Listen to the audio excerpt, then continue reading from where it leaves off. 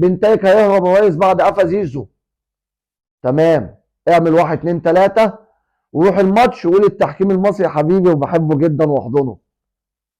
بعديها بكام ماتش لما نفذ اللي هو عمله وفعلوا عقد شباب بنتايك اللي هم ما كانش معاهم حتى يجيبوا ميه معدنيه للعيبه في التمرين، وكان جوميز قال لك انا بصرف وبجيب ميه ومستلزمات للتمرين من جيبي، والراجل ما مشيش من فراغ. دي نقطه. دفعوا لهم مليون يورو، فعلوا عقد شراء بنتايك، خلاص كده خلصت. تمام، رجعوا يقوموا من التحكيم المصري. يا عم في ايه، مش كان حلو التحكيم دلوقتي وعليه سكر؟ بعديها اخر ظهور للكومبارس لما عواد باع ارضه وباع دقنه وباع كرامته وبيصد الكرة بدقنه. طب عواد كنت تصدها في حواجبك او كنت عامل لها كده، دي كان ممكن اللعيب حتى يقلشها.